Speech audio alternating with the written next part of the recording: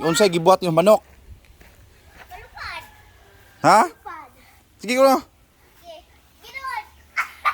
Mamatay na yan. Di na abot sa birthday ng mama. Gidak pa. Dak pa. Mugili ko ako kutsilyo para ipton. Ano si Ibton? Sige. Ate Ayang gi daw. Gi. Gi. Tama na, mamatay na yung manok ah.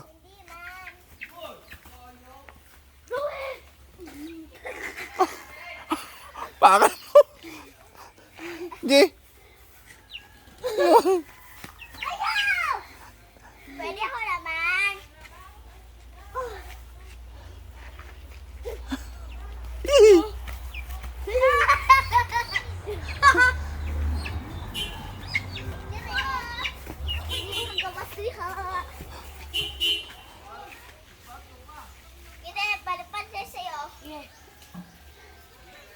Gi. Patay na, mamatay na yung manok ki ah. Halos di na sila makalupad oh. Ate Ayang naman, Ate Ayang. Yan nga nag sa akin. Mom, say. Kaya kayo? Hindi dala. Ikaw bro? Kagatin mo na. Gi isa na bro. Wow!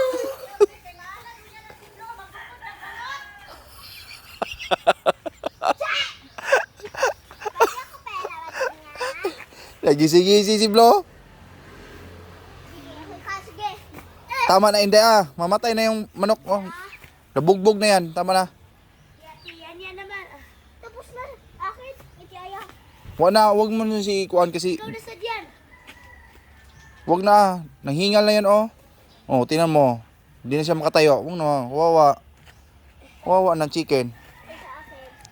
Wag na, nanghingal na yan te. Oh, wag na te. Kawawa na. Oh! Wag na, nahingal na yan. Tama na. Opo, gantuhin lang namin. No! Sabong na yan, oh. Nga si Blo doon oh, nagulong-gulong. Sabong, giit sa mo na, giit sa mo na. 1, 2, 3. Daddy, ako pa. Kaya ba tayo? Kay Blue, oh, kasi malaki si Blue. Huwag kayong Kuan doon ha, pupunta sa gilid ng kalsada, kukunin kayo ng mga nakasakyan dyan ha.